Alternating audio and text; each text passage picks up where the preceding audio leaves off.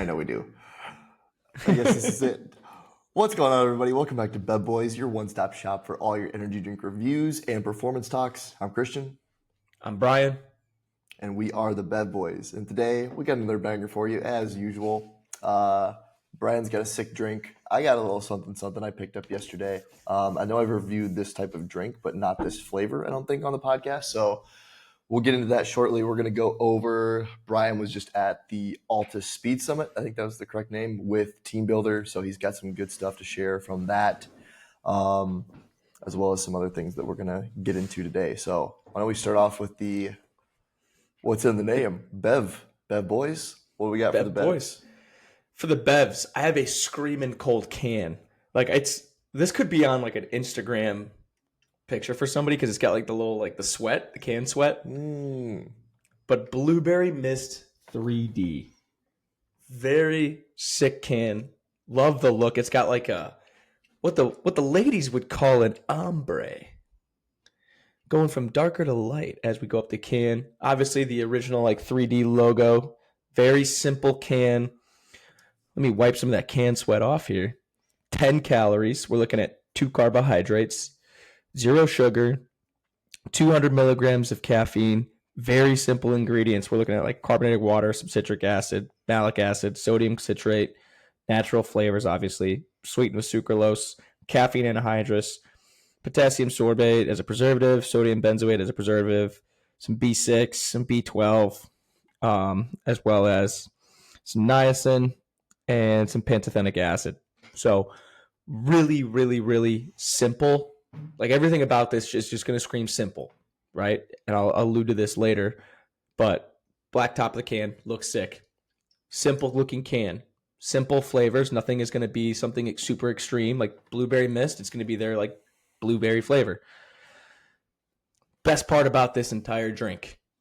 A 12-pack is priced at $20. You are looking at $1.75-ish per can if you buy them in a 12-pack. If you're buying them in singles, $2. That's your price point.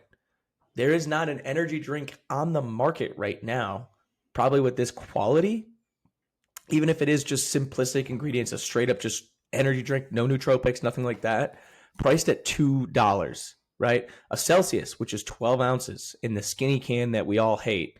The Goat Fuel, got an old can of Goat Fuel right here. $3, $2.69, $2.79, up to $3.59 for a 12-ounce can. You're getting 16 ounces, 200 milligrams of caffeine at a $2 price point. The price point was made so that way this could compete with the Nosses, the Rippets, but those don't come in 0 sugar. These do. Christian Guzman is, I don't care what anyone says about the guy. He might be a multimillionaire, right? You can say he's out of touch. You can't say he's out of touch when he redid 3D because he's a man of the people. He said, I want caffeine to be accessible. I want people who don't want to blow their bank on a $70 12-pack. Let's just make it accessible. Let's just get it out there. You know what? I have to. Right here. Pop that top right here. Let me just. Oh. Good pop. Crisp pop. And you get. It's so weird because you kind of get squeeze, if you squeeze blueberries or mash them a little bit for making a yogurt parfait, you get that first hint, and then it finishes almost with like a sour candy kind of twist at the end. Now it's not going to be a sour candy flavor, but you get that little bit of that scent. Let me just.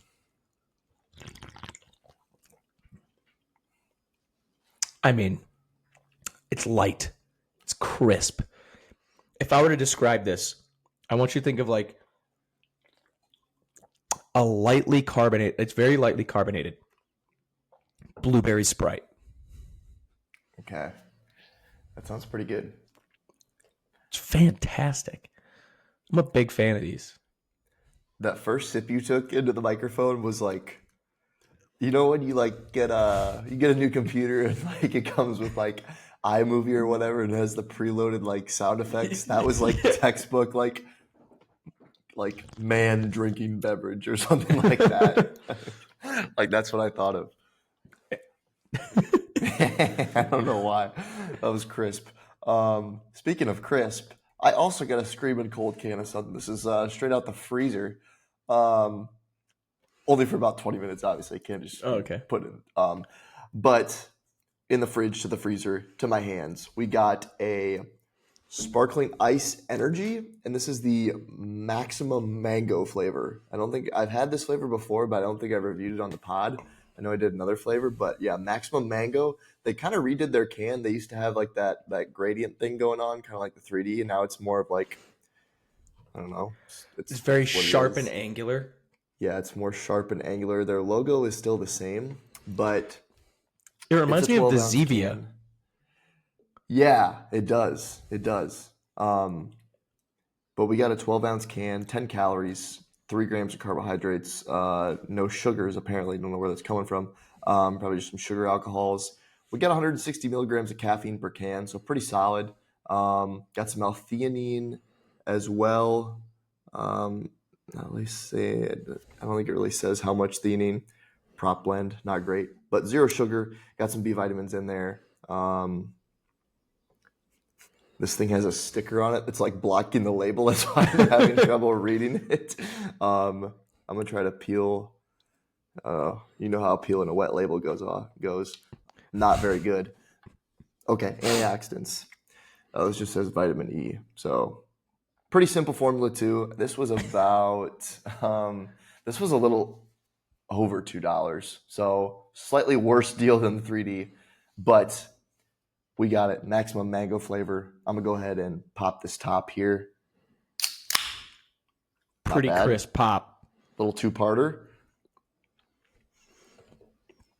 Smell it. Got that like light mango flavor. I feel like mango is not a super like pungent type of fruit. It's more of like a mellow. I'm on the mellow end of the spectrum.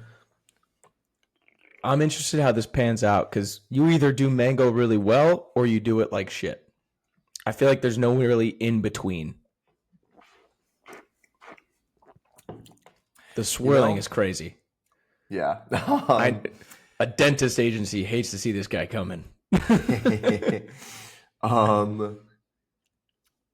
Yeah, it is light, which I'm not really sure if I can be mad at with a mango flavor. The carbonation is also kind of light.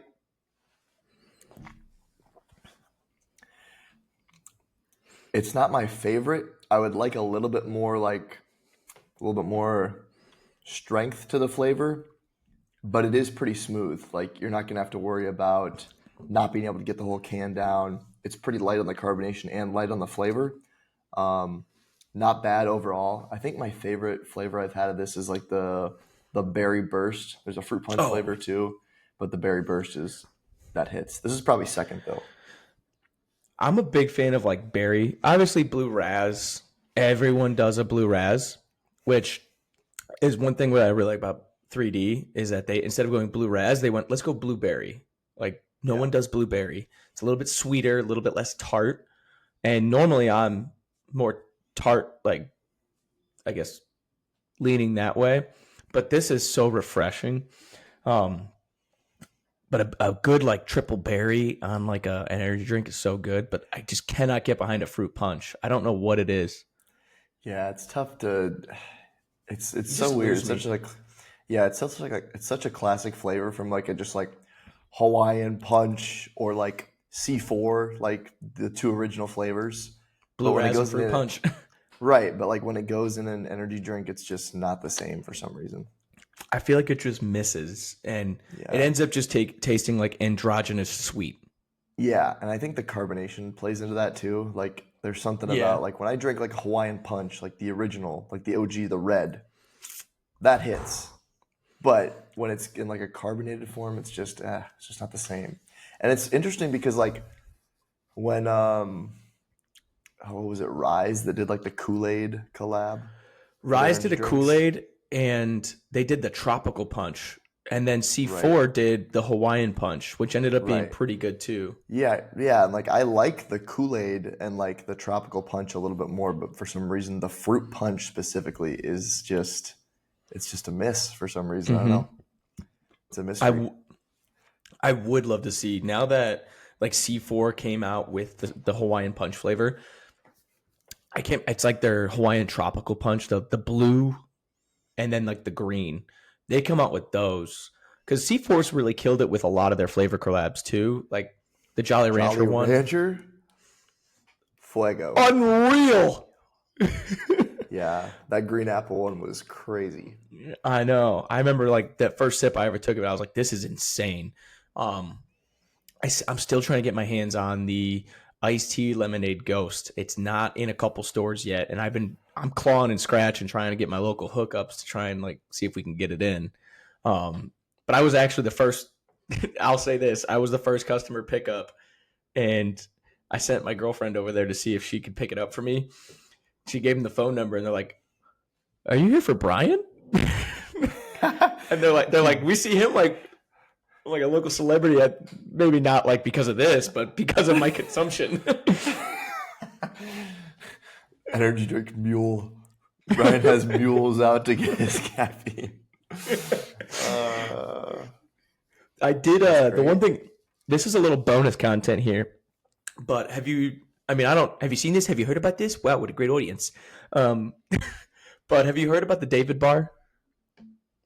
I haven't. So David is a new protein bar in the market. When I was trying to follow some of the news for 3D, Christian had some videos up, and I was like just keeping up with it. And he posted about the David bar, and I was like, it looks like a typical protein bar you would find at like Whole Foods, where it probably tastes like shit. You know, it's like just a very simple gold aluminum wrapping, and it says David bar on it, like in like kind of like a typewriter font. In my head, I kind of blew it off, and I was like, ugh, it's probably gonna be nasty. Like, you know, people kind of like push the newest thing, and then I got one. I tried the salted peanut butter and the blueberry pie flavor. I will say it's 28 grams of protein, which is pretty high for a protein bar, but it's only 150 calories because it's like 12 or 13 grams of carb and 1.5 to 2 grams of fat because they use like, it's called like Epigee, which is like a fat alternative. Now there's like a little bit of problems with Epigee and essentially the flow of the stock because they're trying to make sure that they have enough of the bar, and other companies are pretty pissed that they want access to it. So they're trying to sue them for like monopolizing. I don't think that's either here nor there. In my opinion, it's like they're just trying to keep supply for their product. They're not necessarily being like, hey, no one else can use it, but they obviously can't go out of business in lieu of someone else. So that's besides the point. But they had them on sale once, and I just picked up a couple, and I was like, let's try it out. I'll throw $6 at it and see. They probably taste like crap. I bit that. You open it up, dude. The blueberry pie one is outstanding. The salted peanut butter is a little bit more dry because it's salted peanut butter, but it tastes very natural. I will say that. And when I say natural, like, you know, sometimes protein bars will have that kind of chemical aftertaste. Like Legendary typically has that aftertaste. That's the chalky classic. Yeah. OG protein bar. Yeah, these don't have that, and it's not like super sweet. Like the blueberry tastes like it's literally like a homemade blueberry pie kind of deal. Like it's soft, but it's not like taffy soft like like Quest bars are. They kind of like are crumbly. There's like some Rice Krispies and some like macadamia nut depending on the one that you get. Very, very impressed. I went out and bought a box, and then I just ate one every day. Like, they're a killer protein bar. They don't make you feel bloated. This is not sponsored in any way, shape, or form. Simply just a review. It's one of the best on the market. When I say I'll probably continue to buy them. I would put it right up there with like Bear Bells, or like the Built bars. Like those are like kind of like my top 3 when it comes to protein bars. David is right up there, man. I was super, super impressed, and I came into it as you know me, I'm a very heavy skeptic, quick to hate. They kind of blew my socks off, dude. It blew my hair back. I was like, I got to go get a box of these.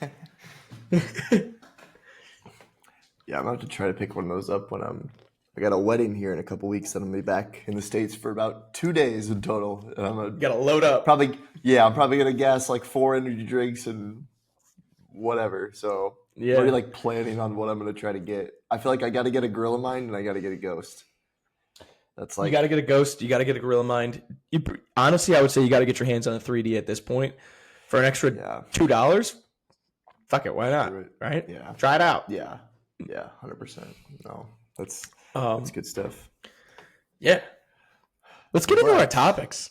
Yeah. So let's this is gonna be another, I feel like I'm just gonna be this is gonna be another Brian episode because he has a much more exciting life than me. But you were just at the Alta Speed Summit, so why don't you just go ahead and like tell us about that? Because you went with Team Builder, so maybe your experience is a little bit different, and you've been to a lot of these different conferences with Team Builder, so you've kind of been you have a unique perspective on being both a coach, but you're also going there with a company who's like trying to market, trying to sell, trying to network. How was the conference in general? How does it relate? I feel like conferences, people either love them or they just absolutely shit on them. And is it different when you're like actually at a booth? This one was such an anomaly. It kind of really broke the mold of what to kind of expect as what we would call like a vendor when you go with a company, right? So Alta Speed Summit, it was in Evanston, Illinois, which is just, I mean, 20 minutes north of Chicago on a train or 30 minutes in a car ride at Northwestern. They held it there, only like 6 or 7 vendors. So not a huge one. They really were kind of, it's kind of neat because they're a little bit more picky and choosy versus like, let's just do a giant cash grab on how many we can get there. But they really treated the vendors. And this is going to, I'll say this, there is like a little bit of inherent biasy. I've learned so much from Altus as, being in the track and field realm and being really into more speed oriented side of things. But it was a great conference from a company perspective, like high quality leads. Like you don't have a bunch of, for lack of a better term, like non-decision makers who just come there to get their CEUs, or old tired strength coaches who are like, hey man, we're in Orlando. I'm going to bring my family down here for a vacation. I don't really need to talk about anything. And I just need to get my CEUs and then we're going to go take a paid trip. Um, so high quality leads. It's also very involved from the vendor standpoint. So for us, like we had a chance to sit in on every talk, which was awesome. So for me, it's like not only am I obviously doing work, but I'm also getting like legitimate continuing education units. And Altus does a really good job too of involving the vendors in the process.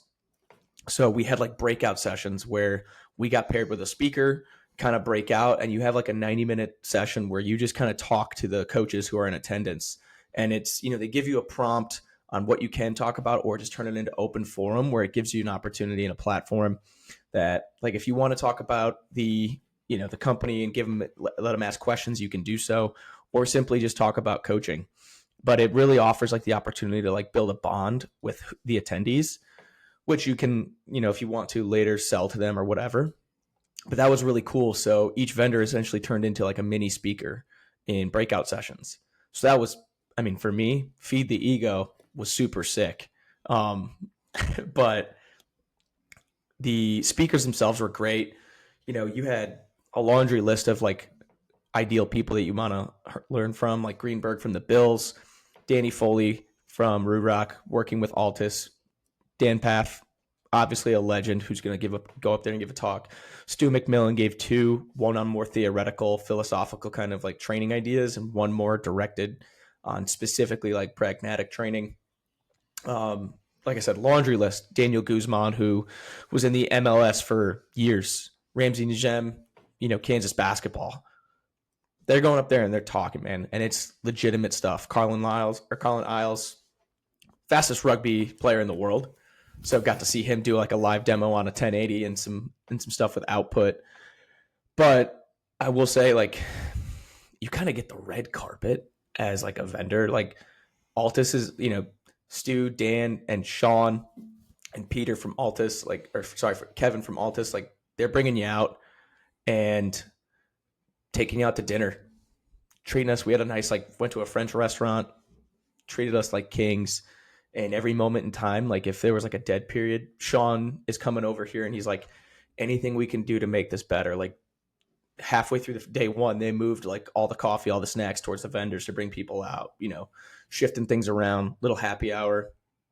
So honestly, overall, the conference itself as an organization, like running a conference, I don't know if it could have been better from my standpoint. And then looking at it from like a coaching standpoint, there was just a litany of information that you could have gathered, even if you were just grabbing someone in between a session and just kind of talking. So that was super, super cool. Information wise, some of the, the cool part about a conference, and I think a lot of people tend to, I guess, like forget about, is to not take everything everyone says as gospel, but use it to like feed your thought process. And one of them that Dan had kind of talked about really triggered a thought that I've had for about a year, and kind of tossed it to the side of like, hey, I don't really have time to think about this. But when I was there, basically it was the thought of like, hey, you might be really good and you'll be able to grit out like some reps, but like we cut reps as soon as you, even if you're hitting times, if you start to look bad, we're going to cut your rep. You're going to be done with the session. But it made me think about this idea that I've had, and that was essentially like functional outputs versus functional capacity. And for any of the listeners who've listened to us for a long time, I've brought this up before, but it really kind of made me identify like objectively like what I think those definitions are. Right? Functional output would be, can we produce the outputs necessary for like sporting action? Very similar to like Coach DeMarco at Elon's like idea for explosives or explosive training, like produce the necessary amounts of force in the right direction in order to accomplish the task at hand. Functional output would be kind of adjacent to that. Now, functional capacity is like a subsection of total capacity, right? Say you have 4,000 or 5,000 yards of tempo volume. Capacity is you're able to accomplish that within the time constraints. Your functional capacity is you can accomplish that within those time constraints and complete that workout while still maintaining like your I don't want to say perfect, but your mechanical standpoint, right? Do you still look good at the end of that 5,000 yards, or are we looking like shit, but we're just kind of showing pure grit on the end? So that's where I've started to identify, quote unquote, functional capacity. And now we've started to work our way into, well, how do we influence functional capacity? And that's where I kind of come through with like the motor learning aspect of, even if it is a lineman or if it's a sprinter or a skill or a semi, well, our tempo days are pretty simple in the aspect of like, hey, you have a set list of sets and reps. Maybe we play with that a little bit, but you have a total yardage that we're accomplishing, right? It doesn't need a ton of preparatory period, 30 minutes of speed prep or whatever it is. So how do we influence good mechanics, right? That's when we just re-drill over and over. Like the entire warm-up becomes more based on maybe, is it mock drills? Is it ankling and dribbling, right? A lot of football players or field sport athletes tend to get backside, especially when they're tired, because they're not a sprinter. They're a sprint generalist. So the idea is, can we ingrain patterns in elongated distances, slowly working our way up to like maybe 30 yards of full dribbles? And yeah, it does make you a little bit more tired, obviously give you rest breaks, but now you've done the learning capacity, the learning aspect of it over and over till we ingrain that pattern. Now I want to make that pattern subconscious to where that just happens. That even when you're tired, you don't necessarily have to think about it or think about it as much, to where you can just progress through. You still look good while you're completing it under the time constraints. So that's what we've started doing since coming back within our summer program on our tempo days. And we do have 3 tempo days in the session or in the week. Like we have a very, very low tempo one, more like we're running barefoot, getting your grounding in. I know you like Nice. that. I love that. I love that. But it's, 2x8 of 100 yards every minute on the minute, 2x9, 2x10, etc. Very simple progression, low volume. Well, that's a great day to introduce a lot of those like elongated dribbles before that session. And then we have our on-field day that's strictly on-field, a lot of individual, a lot of skill work. And then that's our heavy session, right? Maybe we just touch a little bit of dribbles afterwards, after like the Indian stuff, getting them prepared. And then we have like our 8-vector and position-specific tempos where it's not necessarily something linear, but it's reintroducing a lot of cuts in submaximal capacities. So it's less about that, but it's re-ingraining like the same thing of like the functional capacity cutting even when you're tired, are you rounding the cut, or are we sticking and planting on the outside leg and reaccelerating off of a push instead of pulling off the inside, right? We leave less room for error when we can re-ingrain that pattern. So the 8-vector cuts, 8-vector tempos may be introduced right before then, before we get into stuff like that. Um, this is all anecdotal theory. There's no true research probably that really supports any of this. It's an idea that I've had that we have the bandwidth to test with. So I hope that I'm right. And if I'm not, the null hypothesis is there, and I just know not to waste our time. There is a part of me, though, that really hopes it's right, and we can influence some things down the road. Yeah, that's one thing I really like about things like the dribbles, any sort of like a skip, a march movement, and like those lower intensity like plyometrics, just like lighter ground contact, is that you can up the frequency, and I feel like they give you kind of an outsized return because you could theoretically do them pretty much every day, even like if you're just doing an upper body day, do a little bit in the prep, and like you said, it's obviously like anecdotal evidence of like ingraining patterns, but I mean, it makes sense when you think about it that like, okay, over time, the more you do the thing, if you do it in the correct way, your body's more likely to revert to that even when it's tired. And it's tough though, because like this brings up a point of like corrective exercises and things of that nature. And by the time that a lot of times, I mean, you in college, by the time you start working with an athlete, the biggest thing that you can't control is what they've done for the first 18 years of their life before you got them. And it's tough if that pattern's been really ingrained. It can be tough to teach them a new way of. Right, exactly. Not that it can't be done. I mean, that's why we have jobs. That's what we try to do as coaches. But I think it's tougher than some people may think. But I do think that that's kind of a good point of those more lighter plyometric drills and like technique drills as far as the sprinting goes, is that they can be done with more frequency and provide kind of that outsized return. Yeah, and it kind of makes me think about it. Like a good analogy is like an electrician who has to. You just bought a new house and you're doing a little bit of like a fixer upper, right? Everyone thinks, oh, I can slap some new wallpaper on or paint the walls and it's going to look great. Yeah, but the lighting still doesn't work. So the electrician has to come in and rewire that house. Like that's where I kind of think of it as. It's like a lot of what we do is you think it's just the superficial stuff, but it's all the stuff underneath that you have to constantly like rewire to reteach. So that way when you do the superficial stuff, it really comes through and it shines. And then you get your big ROI and you flip the house for somebody and you make 150 grand on it versus 2 grand. Yes, that's a good analogy. I like that. Yeah. So, yeah, it sounds like the Altus Speed Summit did sound pretty freaking sick. I like the fact that they were kind of more selective with the vendors.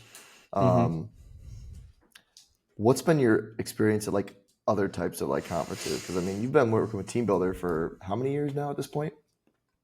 4 years. 4 years, and you go to probably at least a couple conferences a year. I would say 2 to 3. Yeah, I would say about 2 to 3, sometimes 4 if there's like a smaller regional one that I can make it to. Yeah. How?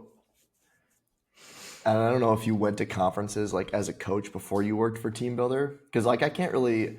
The only conference I've been to is actually when I was in college. I went to like an ACSM conference, so like more on the clinical like exercise physiology side. So I was part of the Health and Exercise Science Club, and we were fortunate enough to one of our professors. We took a paid trip. I think it was in Dallas that year, and you kind of have a wide That was the first time I'd been to Dallas, sick city. But that was more of like a wider range of topics. Obviously, it's not centered towards sports performance. Like there was anything from like, okay, here's a talk on like walking and the benefits of walking. Not that it's not important, but like a very different subset, like a very different demographic geared towards. And then there was stuff that was more performance based. Like, okay, I know there was like something with like FMS at that point, and regardless of what you think of FMS, it was more geared towards performance. And there were people that kind of worked in more of a performance setting. So that's my only experience What has been your other experiences with the other conferences you've been to? I'm a big fan. So like I look at it from like a vendor standpoint. The big conferences are really good for us to like obviously potentially get new sales and really talk to like current customers. The smaller conferences, in my opinion, as a coach, are almost better. I look at like Alta Speed Summit, CVAF. Jay DeMayo puts on a great conference. He really handpicks like speakers of people that he really trusts, and he's a coach himself. So it's stuff that he wants to learn versus like let's just get a big name and throw him up on stage and let him kind of just talk. Um, Right. like he brought in Cam Joss when Cam was at Auburn, and Cam's obviously a big name, but even himself, he's like, this is a new kind of talk I've never done before. Normally, I give more practical application stuff. Right now, I'm going to talk about like complicated versus complex theories. And it was honestly, it was a really like, I don't want to say like inspiring talk, but it was a really thought provoking one because it made you kind of think about like the systems that you set up. Um, I went to my very first conference with Team Builder. That was actually my very first like true conference going to as a coach as well. That was the like regional conference for NSCA, like Rocky Mountain Regional. It was hosted at Landale Sports Performance. Got to meet Lauren. First off, go Irish. Like anyone that you can fight me on that, but seeing him go to the Notre Dame, I was like, oh my gosh, because he's the nicest guy in the entire world. Like I've met like two like legitimate P5, P4 now, like head strength coaches that absolutely wowed me as people. Lauren Landau and Tommy Moffitt. Incredible human beings, like just through and through. I can't say enough good stuff about them. Um, but then you go to like CSCCA, like the national conference, NSCA nationals. They're fun, and there's usually about like 1 to 2 speakers that probably are worth it. Um, I know, like I saw Fergus Connolly talk at one of them, and that was cool. But a lot of it is like, let's go through like really basic stuff that, like, in my opinion, the field should be passed. CSCCA is a fun conference to go to see your friends. I think that's where the value in that is. I don't know if the speakers truly provide anything breathtaking on new information. Always kind of starts off with kind of like a culture, like keynote speaker. Then it gets into like kind of the same shit that we always talk about. Strength's not a weakness. You can squat, how to get that better. Like just the basic level stuff. Nothing is going to blow your mind. Duke usually puts on a pretty good one. I know Coach DeMarco, we went there and he spoke at that one on explosive training. There was a couple other good ones that were there as well, but like the time of the field was more on like accentuated eccentric. So a lot of people talked about that. But typically the big ones are more so really cool to see old friends. The smaller ones are a little bit more directed. They're a little bit more intimate in that aspect too, to where like you might get to be up close and personal, ask a little bit more directed questions with people. And then like the, I guess the like outside ones that aren't necessarily like governed. So it's not like an NSCA regional or a CSCA regional conference, but it's like CVASPs, Altus, where you can get the CEUs, but it's its own private organization putting it up. I know Coach 'em Up, they just did a summit. Theirs looked incredible. Tim Riley and Zach, they put one on. I don't think anyone had anything bad to say, but it's just very much like I've seen to think those kind of conferences are people who are like, I want to solve a problem with this conference, and this is what they're setting out to do. Versus like, we should probably put that up so people can get continuing education units. Yeah, that's a good way to put it. I know Move Mhm. the Needle did like a virtual symposium not too long Mhm. ago as well. The virtual baseball summit with Zach Dakin, Dakin. Yep. like stuff like that, where it's very much like there's not enough information readily available for somebody. Let's just be the people that organize this and get it together and provide like a lot of the stuff is someone finding a hole with what they don't like about it. And I'll bring up CVASPs, but like Jay, his thing was you go to a conference, you don't know if you really learn anything because you can't ever talk to a speaker, you can't ask questions, and it's less about learning than it is collecting units. Well, CVAS is, hey, we're going to have 6 speakers in the day. There's going to be a Q&A session legitimately for 30 minutes after every speaker. And at the end of the day, all the speakers and all the attendees are going to get together for a barbecue, and you're going to sit there, talk, and really diagnose stuff. And that was incredible. You get such more of an opportunity to really learn because the conversations are probably more valuable than someone reading off a teleprompter. That just sets the stage for those conversations. And I think you kind of lose that when there's, 3,000 attendees and everyone's trying to ask a question versus being like, hey, we have 200. We're going to break up and you're going to have your chance. But like, you get to ask directly to them and kind of counterpoint their arguments. That's my opinion, but I found I've learned more at those smaller ones. Yeah, that's a good point. I guess to think about it now, I have, so it's a word salad, but it's like the Pro Baseball Strength and Conditioning Coaches Society, PBS, whatever. Like, PBS I listened into one of kids. their, PBS Kids. I listened into that. That was late last year. My boss Blaine got us access to all that and got some CEUs, and there was they had like 5 different speakers, and like some of them I was actually like got a lot out of. A couple of them kind of like lost me, probably just for like the stuff going over my head more than anything. But it was cool because it was actual like either guys that were working at like the major league level or people that like prepared players for like a combine, and there was a nutrition piece. And then I did go to an in-person conference last year here. MLB puts on it's like a joint conference, one for like, it's the same conference, but then they'll split into different rooms, one for like medical side, ATCs, physios, stuff like that, and then one for S&C. So I got to listen to a few speakers there. I didn't learn as much from that just because I was trying to understand the Spanish, because that was all it was given in. But I did get it. There were some cool ones. There was a really good one about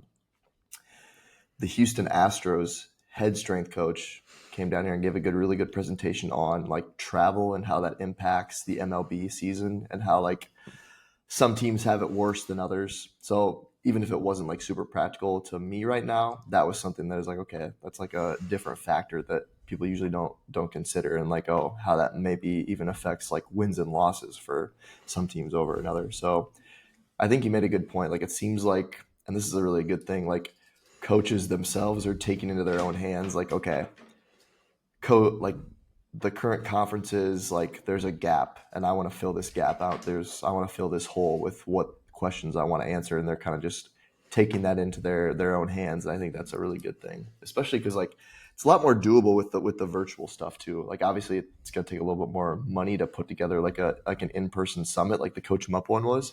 But like the virtual stuff, I think, and it's easy because people don't have to travel, make it a lot more accessible for that continuing education piece.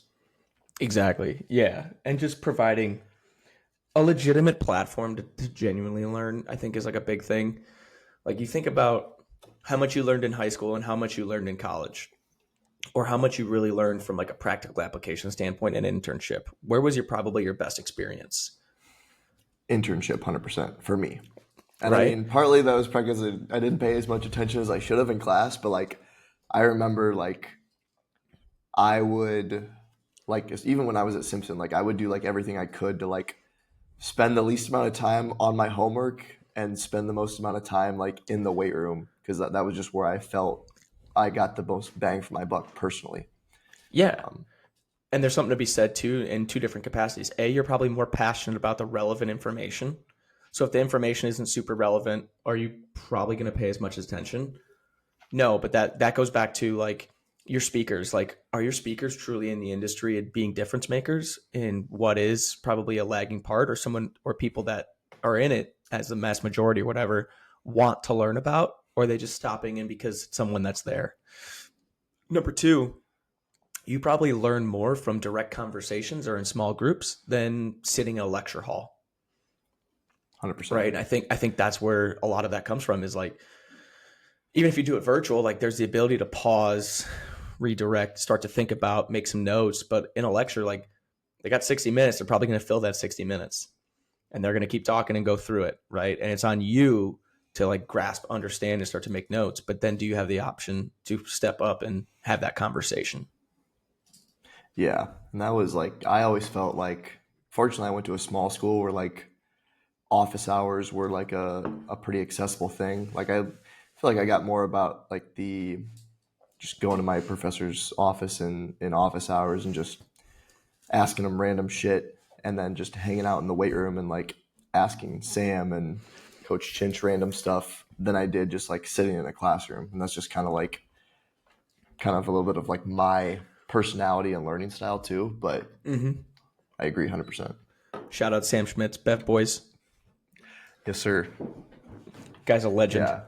Yeah. Dude's, that I will forever be indebted. So shout out Sam. That leads me into another kind of a question, a topic that I had written down for the day. And I think when we had Hewitt on the podcast, which if you haven't checked out that episode, check that one out. Literally It's had gold. Yeah, somehow we had a CEO on the podcast. Obviously, it helps that Brian's like his right hand man, so he kind of pulled a few strings. But really good podcast.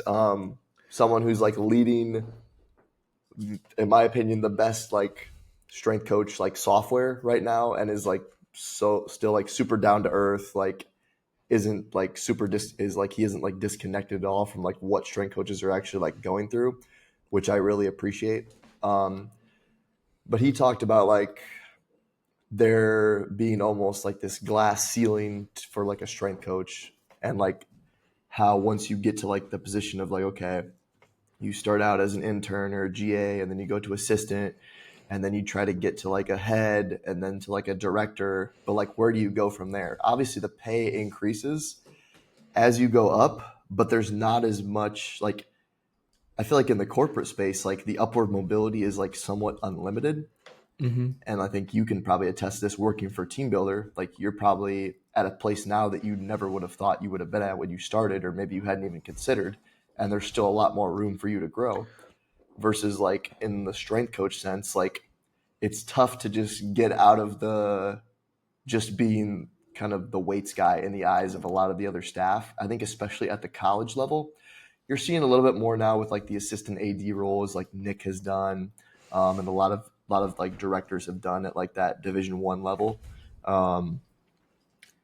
But you're not seeing people going from like, okay, I'm a strength coach and now I'm going to be, okay, now I am the actual AD, or now I am like, what do you think? Do you think there's a way out of that?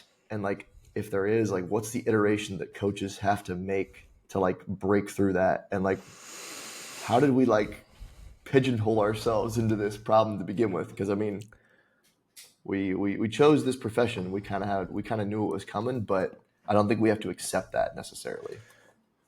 I think, unfortunately, a lot of people don't understand the true bandwidth they have. And this is going to be a tough pill to swallow for a lot of people, is they become okay with like giving themselves a crutch. That it's just like, oh, it's just not possible, so I'll just max out what I can. It's like, no, you're not incapable. You're just a pussy. And that's a big thing of like, how uncomfortable are you willing to make yourself in order to make your situation better? And for some people, there's some people who have really kind of outdone essentially the expectations of what the career field would give them. But you can branch off and teach classes and be a professor, even if it's just adjunct, and teach a master's program, make a little bit more money, provide more value, and then you can move up into that realm as well as keeping your current role. But a lot of people just don't understand what it takes to essentially be a rule breaker, quote unquote, right? They want to kind of follow a path of that, that similar path of intern to GA to assistant or associate director to director, and then maybe assistant or associate AD. They don't want to say, well, no one else has done this, why don't I try and do it? I just don't know if it's been taught, or if it's just an ignorance thing of like, there's probably other possibilities. Why don't you try and like forge a new path? And And then there's obviously the other aspects or external constraints of the industry of, you know, are you overworked? Are you in a position where you're unhappy because your four P's aren't being met, right? It's okay to leave then. Like, it, not to get all Alex Hormozy on everybody, but it's like, dude, if you're 28 and you're unhappy with this, right? Are you more unhappy with the thought of, hey, I've sunk 7 or 8 years into this, but I can be happier in that situation entirely if I'm not my identity that I put through? Or is it, I'll be more unhappy if I leave? And I think that's a decision some people are unwilling or not wanting to have to make or come to terms with that they may have to make. For me, it was very much the idea, like where I'm at now in my situation, I lucked into by all means. Like, it wasn't a path I thought I would do. It was something that I had in the back of my mind of like, that would be such a cool thing to do because I didn't want to be just XYZ. I didn't want to just be a strength coach. I wanted to work in tech. That was something because I thought it'd be something super fun that no one's ever done before. And I just lucked into having the opportunity to do so. But when I had done so, when I had signed with like my offer letter to Team Builder, I was willing and ready to walk away from the industry entirely. Of like, if this is just the path that I have to go to, then this is the path that's what's going to make me the happiest. I'm going to go for it.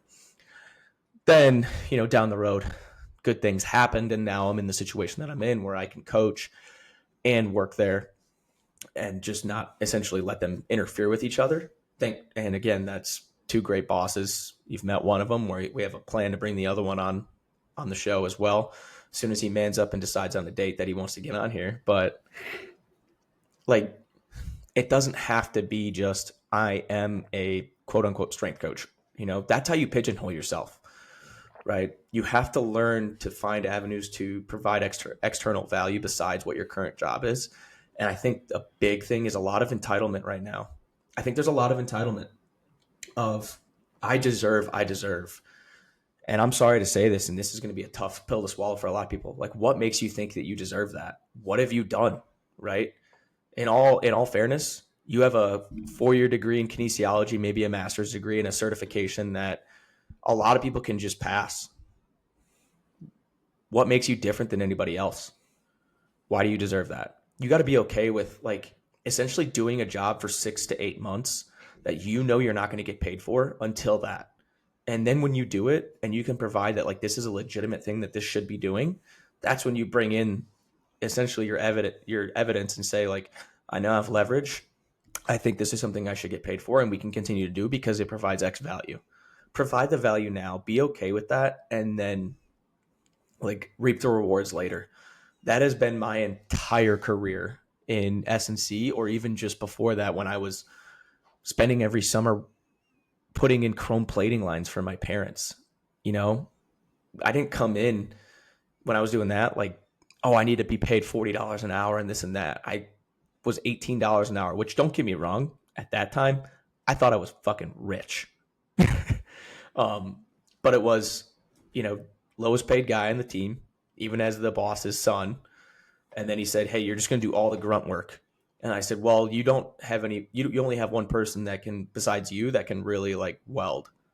Cool. I'll learn how to weld. And, I spent 2 years like learning and like doing some smaller pieces that were technically outside of my job, worked my way up, and then so on and so forth. But for me to come in there and be like, I deserve 40 an hour, just like him, because I'm your son, like, that's insane. Like, you look at me like I was an alien. Like, a lot of people, like, kids don't even want to intern now. Like, they just think that they're just going to go get a job. Like, it's nuts to me. And you don't have to, like, every path is different. I don't think you need to essentially like go eat shit to get to the next step because that's what I had to do, or et cetera. Like, I am not a believer in that, but you got to have some kind of experience if you want to get hired. And I think it's a necessary evil that is part of the industry. And that is, you need some experience to make sure that you can provide value upon getting a paycheck. Nobody wants that. We've kind of reverted back to, 6, 7 years ago, 8 years ago, where people just graduate and they think, well, who wants me? I'm here. That's not what it is. There's people 10 years in the industry with a lot of experience who are now taking those entry level jobs because that's what's available, and we haven't done enough to help ourselves as an industry. But you think you're and a 22-year-old graduating college thinks that, oh, I'll just figure it out and someone's going to get me. I'm going to be a coach. I'll start an Instagram. That's great, man. There's just because you have a Canva and a secondary Instagram account that says coach underscore last name does not make you a coach, right? Can you go into a facility, write a program, and lead that program and make it an actual influential piece in their sports? If you can't do that or know what it takes to do that, you don't provide at least the necessary value to get the first step in the paycheck, let alone what else you provide. And it kind of goes from there in the same aspect of like, all right, well, you feel like you want more. Why do you want more? I feel like in the corporate world, that's like a very big thing, is like, we don't just hand money because we feel like somebody wants more money. We hand money when two things are done. It's either A, we have someone who does this job so well that if we were to have to go back to the hiring process, we would get someone at much less value, or it would cost us a ton to replace the same value or output. Or B, you've exceeded your current role to where now we're going to pay you more and expand your responsibilities and what you're held and what you're accountable for. I don't understand why that's not just a thought process in sports or in athletics, right? Everyone just thinks it's like, well, I've been here for 2 years, I should get paid more. I got a raise my first year because I was just good and expanded my responsibilities. Same with the second year, and now I've added more responsibilities in the third, going in as a track coach as well, right? No one's okay with that. No one's okay with like an uncertainty. It's just like gimme, gimme, gimme. And I don't know where it came from, and I don't know if it's just like the blue collar kind of Midwest in me of like, you need to just grit your teeth and do your job, and keep doing it better, and it'll work out. But it's just the way it is. And I think it's a crutch now to where a lot of people like they want to not be the reason that they're unhappy, versus like just sitting down and being like, maybe I kind of suck. Yeah, it's uncomfortable to think about that. Yeah. But the more you think about like, maybe I suck, the better you start to identify your blind spots and like, oh, I'm going to get better at this because I'm not great at this. If I'm better at this, then it'll lead to X. And if it leads to X, it might lead to 1, even if it's completely different span of thought. Instead, they're just like, well, I'm okay. I should get paid more. No. Yeah. Yeah, I've had my fair share of those over the last few years where it's like, damn, I kind of feel like a piece of shit and I fucking suck at this job. And it's like sad for a little bit, but then it's kind of like, it's like a little bit of a sense of enlightenment, because it's like, okay, now you've like accepted that like you are at least aware that you aren't doing enough or that you aren't doing good enough, versus like just thinking that you're good enough and like not being aware. It's kind of that Dunning-Kruger, like you're not on the peak of Mount Stupid. At least you fell down the mountain, scraped yourself up a little bit, but now you can get back up and reassess and try to climb up to actually get to that mountain of knowledge, to kind of close off that analogy. But I think the thing that I think of the most is like, when I first was like interested in strength and conditioning, and like my first like real true internship at the college level, Sacramento State, Coach Dietrich, now at Stanford, huge shout out. That's like what kind of sold me on like, okay, I want to get started and I want to start in college. I did a high school internship before that, and it was just kind of not for me. It was great, but it just was, I was like, not really for me. And that internship kind of like sold me full go on that.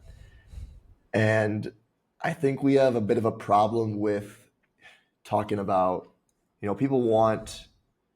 talk about overworked. People want that work-life balance, but you can't expect, like you said, you can't expect to get paid more for doing the same shit that you've been doing. You got to do more, or you got to do it more efficiently, or you got to be able to impact in a different way. And I feel like when I got into the field, it was like almost like a sense of pride to like, okay, you're the first one in and the last one out. And by no means, like I'm not saying that's healthy, but I think sometimes we need a little bit more of that and you need to go back to that. And I was just talking, my boss, Blaine, was down here a few weeks ago and he was talking, he's like, because when he stays here, he stays in a hotel. He's like, yeah, like I would have been here at 5 a.m., but all these other guys, they don't want to come in. They don't want to get up early. He's like, and then he's like, you're the first one in, right? And I was like, yeah. And he's like, yeah, it's, we were talking with one of the pitching coaches. Like, yeah, it's pretty toxic. Like we feel like we got to be the first one in and the last one out. He's like, but we embrace it. And like, kind of jokingly, but kind of seriously. And like, I appreciate that because at some point, yeah, it may not be the best thing, but when you're getting started, I feel like you need that. Like all the people that I've looked up to, like you have to do that, especially at the beginning. Like you can look at Nick now and say, "Oh, like I want to do that," but you don't see all the stuff that he did to get to that point. You don't see that when he worked at Iowa, they were working 12, 14-hour days every single day. And then when he got to Elon, it was nothing like it is now. And he had to do that all by himself and kind of rebuild that. And now he's at the point where he wants to kind of take a little step back because he has a family. That's a lot different from, a 22, 23-year-old that's getting into the industry. Like, you know, I don't know if it was just like me, like wanting, like I really tried every single day to be the first one in when I was at Simpson, when I was at Sac State, when I was at Elon. And to be honest, I don't know if it actually helped me, but it made me feel, I don't know if it was just like a mental thing to feel like, okay, like, and by no means is just like showing up early going to get you where you need to go. But for me, it was just the principle of like, okay, I'm going to I'm show that I willing to, care. right. And the same thing with like leaving late as well, like staying late because like, I don't know. I just think we need a little bit more of that. We can't just think of it as like a 9 to 5 job because it isn't a 9 to 5 job. It just isn't.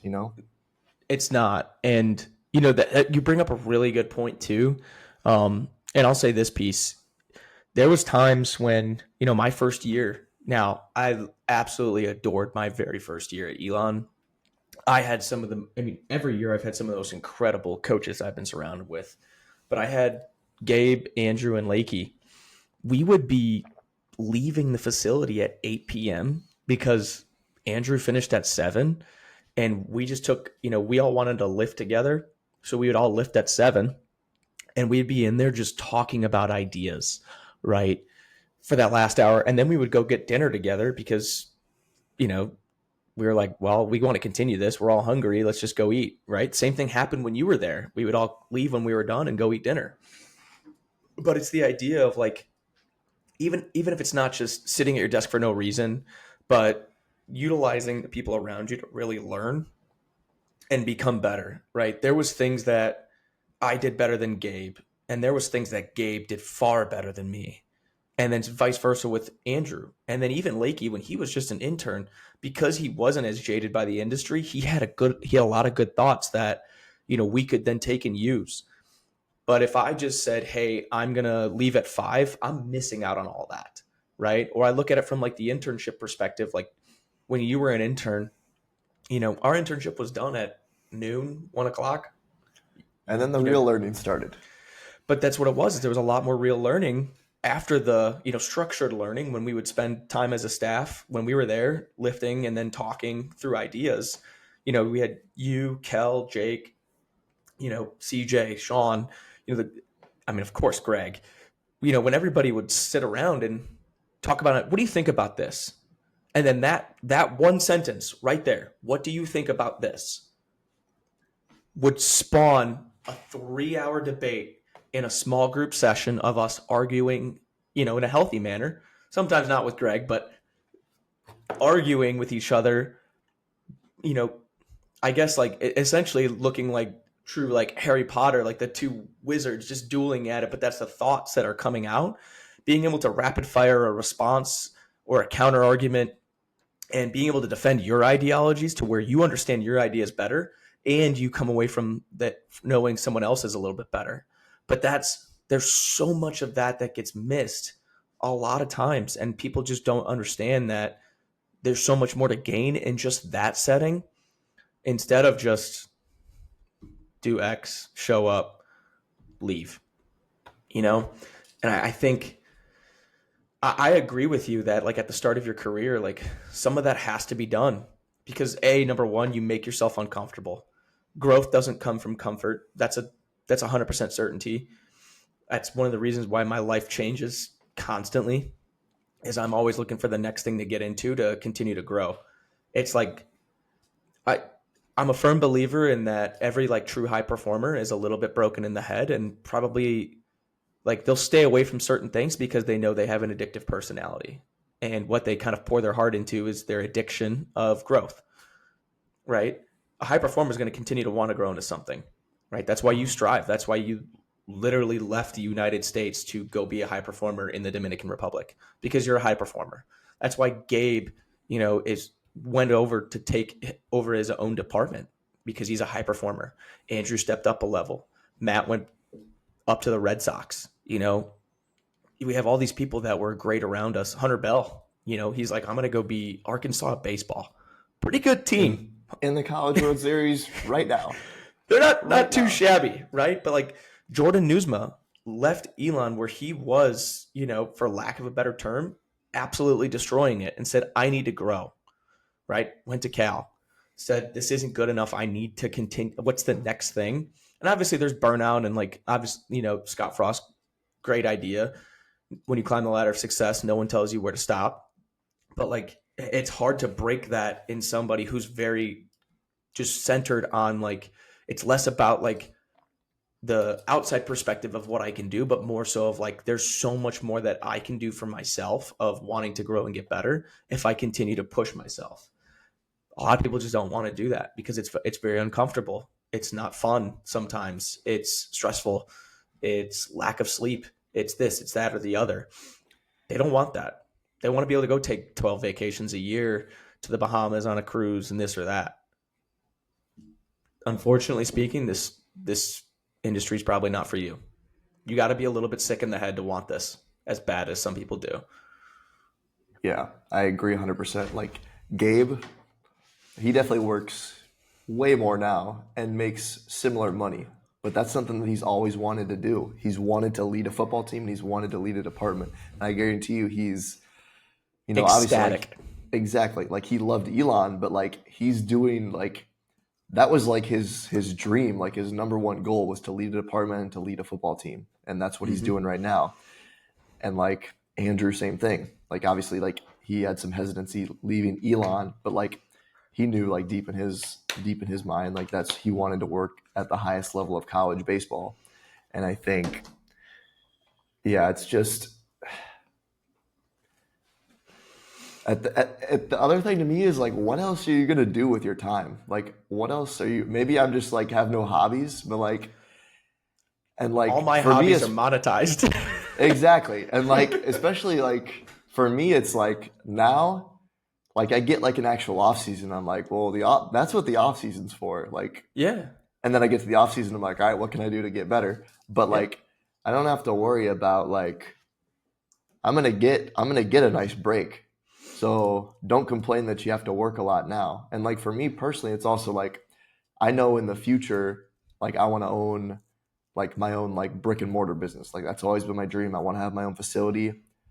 You don't have your own facility just working, 8-9 hours a day to start. Like that's like I better get like that's kind of my like theory is like, all right, if I can better just get comfortable with these, this. Yeah, let me just get used to these 12 to 14 hour days now because that's gonna be like a light day at the start if I do that. So just kind of thinking ahead, like I don't know, pay it forward to yourself almost.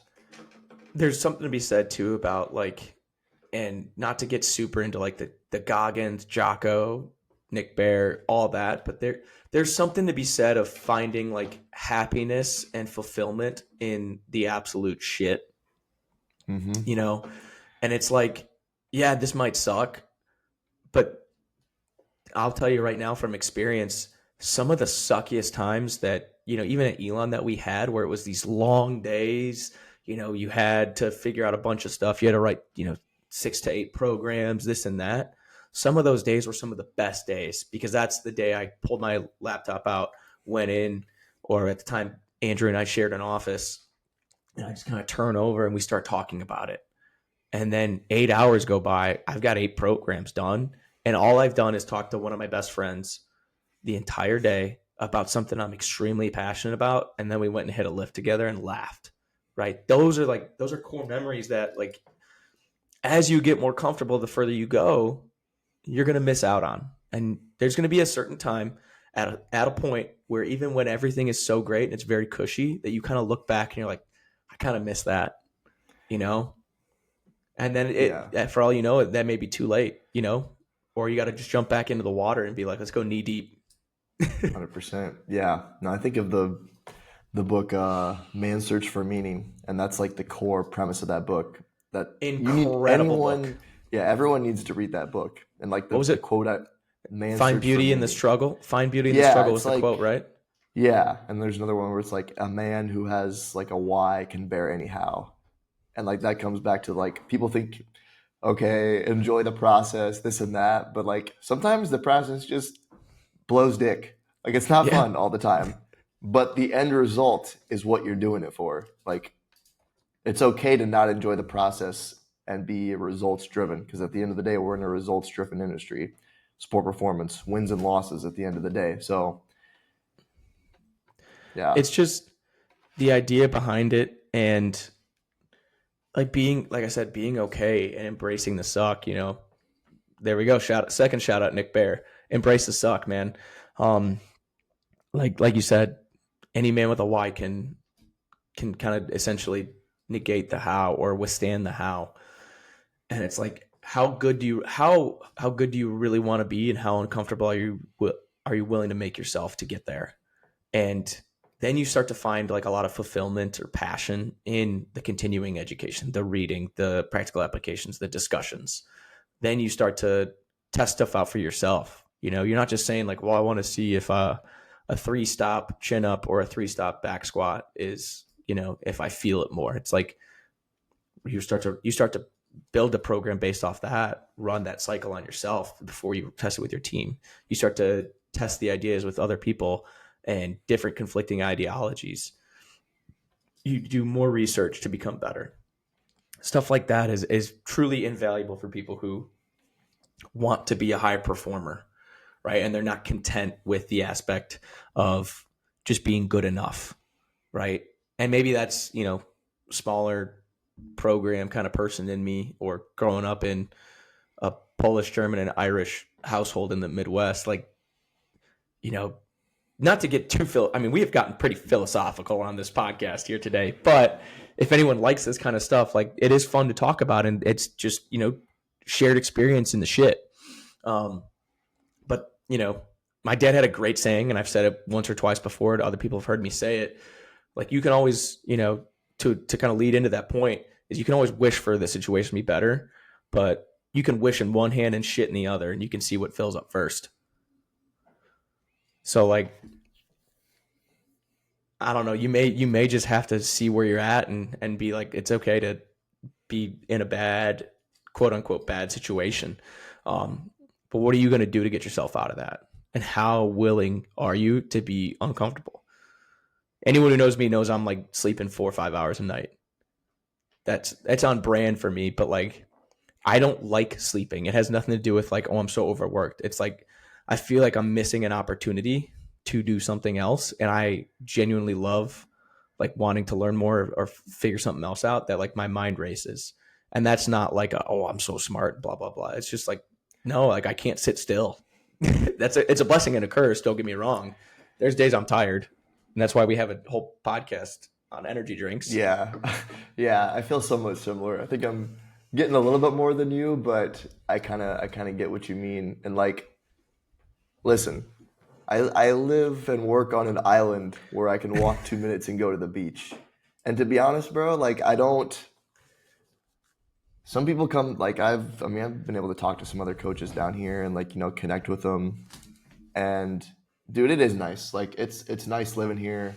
I don't go to the beach that much, to be honest, because I don't really like going to the beach. And like my one day where I get home, especially in season now, after I train, I've been getting home like around like 7 to 8 p.m. And that's just what it is.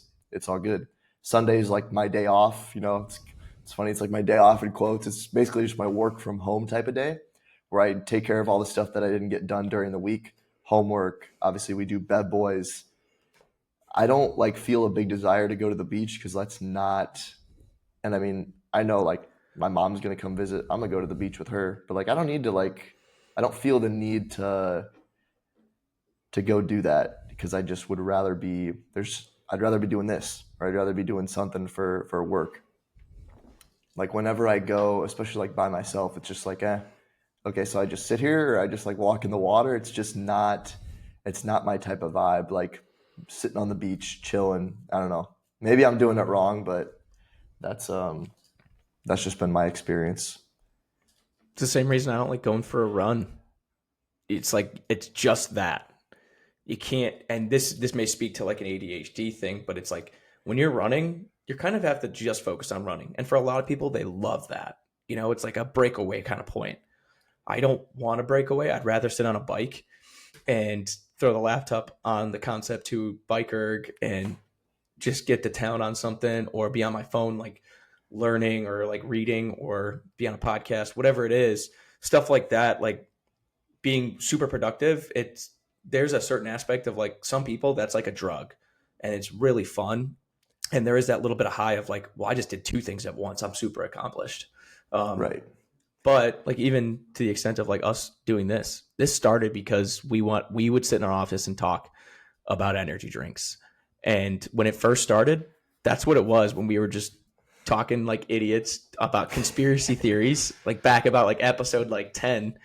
And now we're bringing in guests. We have thoughts and ideas on performance, on theoretical foundations, on just literally anything, even philosophical ideologies right now in the past, 40 minutes. But I think a little bit more people need to be okay with not being okay and like wanting to be better. Yeah, I agree 100%. And like, to me, there's Tom Bilyeu, like the creator of like Quest. He has a pretty big podcast, Impact Theory. Great Yeah. podcast. Yeah, and he has a really good quote that I like. It's like the only thing that matters at the end of the day is like how you feel about yourself when you're by yourself. And I think back to like whenever I feel like kind of feel like a piece of shit or like I feel like it's usually because I probably didn't do what I should have done that day or like I haven't been doing all I can lately.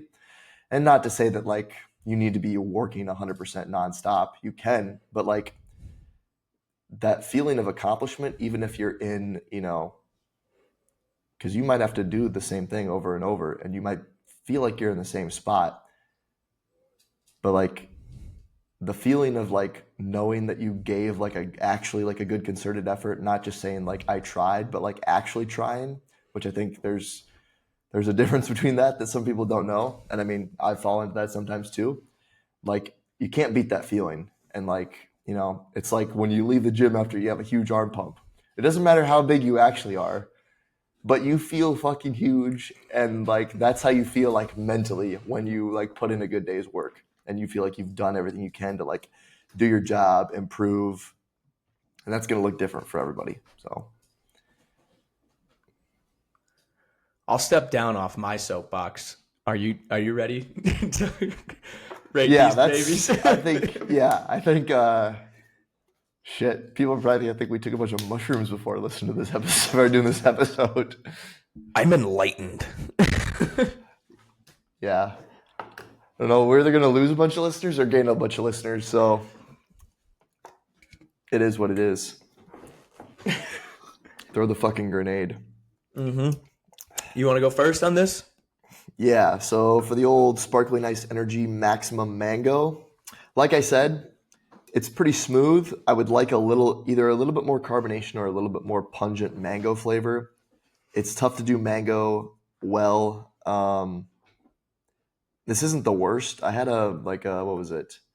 The Just Work like mango flavor. That was just kind of like really like mid, like super mid to me. This is a little bit better, and especially down here in the DR. Like overall, if I'm in the States, I'm probably not picking this up. If I am, I'm picking up a different flavor, that Berry Burst. So overall, I'd probably give it caffeine content. It's a solid price, very simple blend. Overall, I'm probably going to give it like I'll give it like a 6.5. The other flavors are probably closer to that. Berry Burst is probably like a 7, a 7.2. But down here behind the White Monster, this is probably it for the most part. So not bad. Hell yeah. Picked Hell up yeah. about 6 of them yesterday, so I'm stocked up for the week. For the 3D Blueberry Mist, I've had the Blueberry Mist now and the Cucumber Melon, which I was going to review until they dropped this one. I grabbed it, of course, because I wanted to try this one. It reminds me of the Monster Ultra Zero Blue, just a little bit less grapefruity, a little bit less like tart, a little sweeter, more kind of juicy-esque, lightly carbonated. Can looks great. I mean, it's the iconic, like, it's the same thing, you can tell a Christian Guzman brand when you right. It's very simple, it's very sharp, it's very clean. It's a quote unquote like a mature kind of look. Can looks great, the gradient is sick. 200 milligrams of caffeine. It's that sweet spot that we've always talked about when it comes to caffeine content. The only knock on the ingredients is it's just caffeine. Now, I'm going to give them that because it's just a caffeine drink. It tastes great. And because there's no additional nootropics or any pre-workout kind of based things like with citrulline or beta-alanine, it's so cheap. It is physically unfair that this one is just $2 a can or $1.75 if you get a 12 pack. The flavor tastes great. It's so light on the stomach. You don't feel like that bloat from a ton of the artificial sweeteners or additional carbonation. I'm going 8.2. 8.2 solid score, man. Like, this is going to be a daily driver. It probably would be just from the price point alone. You'll stomach whatever. But for the fact of it, man. Yeah, for the economical man, this is great. I want to see this this needs to eventually make its way into almost every gas station. And I think that's the goal of what he's trying to accomplish. If this is there, it's going to give, if you can see like all 6 flavors that they have out now next to the Monsters or next to the Rockstars, it's going to end up eventually giving them a run for their money.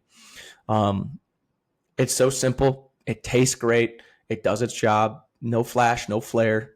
It is what it is. 8.2. I mean, solid score for the boy.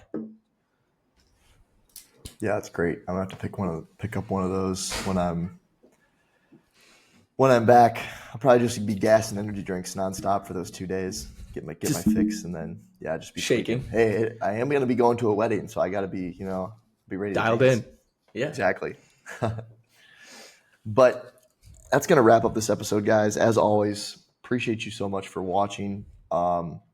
We are over 100 subscribers now. I believe we're 101 on YouTube. So shout out to everyone that subscribes, supports the podcast.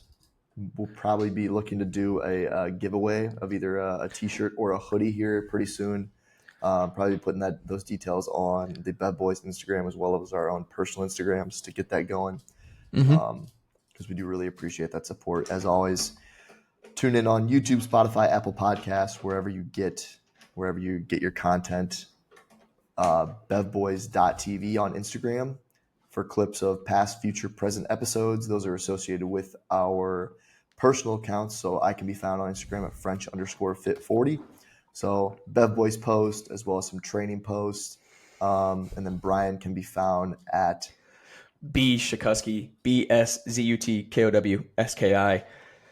Same gist. You'll see training content, theories, practical applications, as well as Bev Boys content, and then of course my stories, which will inevitably be a hodgepodge of memes and just general bullshit that I find hilarious and or entertaining.